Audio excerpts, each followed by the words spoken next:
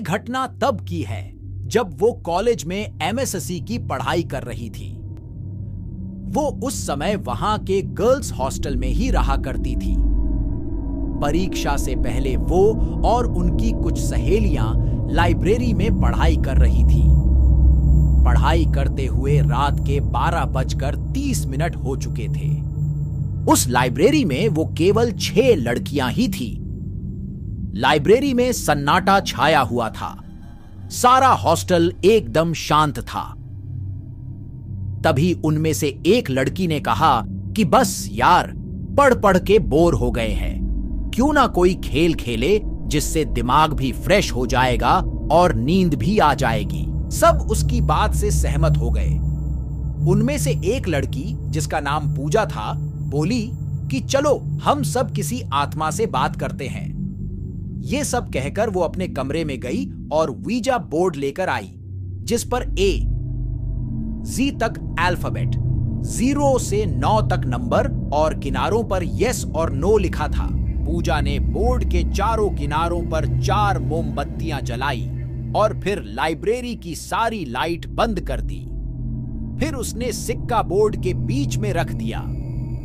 उनमें से 2 लड़कियां तो डर के मारे अपने कमरे में चली गई और बाकी चारों ने उस सिक्के पर एक एक अंगुली रख दी। फिर पूजा ने कहा कि कोई डरना मत और यहां से उठना मत, वरना आत्मा नाराज हो जाएगी। अब पूजा बोलने लगी, अगर यहां पर कोई आत्मा है तो प्लीज हमसे बात करो।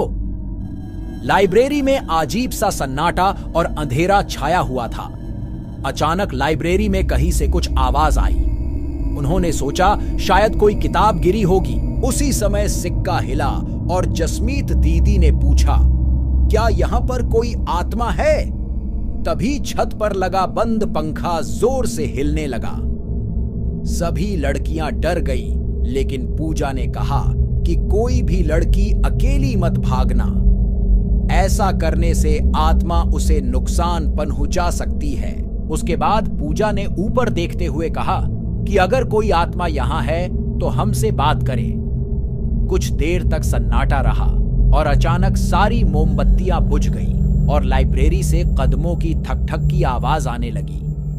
सभी लड़कियां डर के मारे भाग गईं, लेकिन जसमीत दीदी पीछे रह गई और उनसे दरवाजा नहीं खुल रहा था। अचानक उन्हें लगा कि कोई उन्हें पीछे की तरफ खींच रहा है। वो जोर जोर से रोने और चिल्लाने लगी।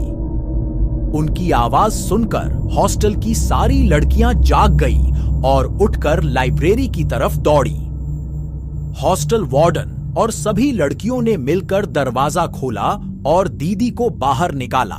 इस घटना के बाद उन्हें आज तक लाइब्रेरी के डरावने सपने आते हैं और वो आज तक उस घटना को नहीं भूली।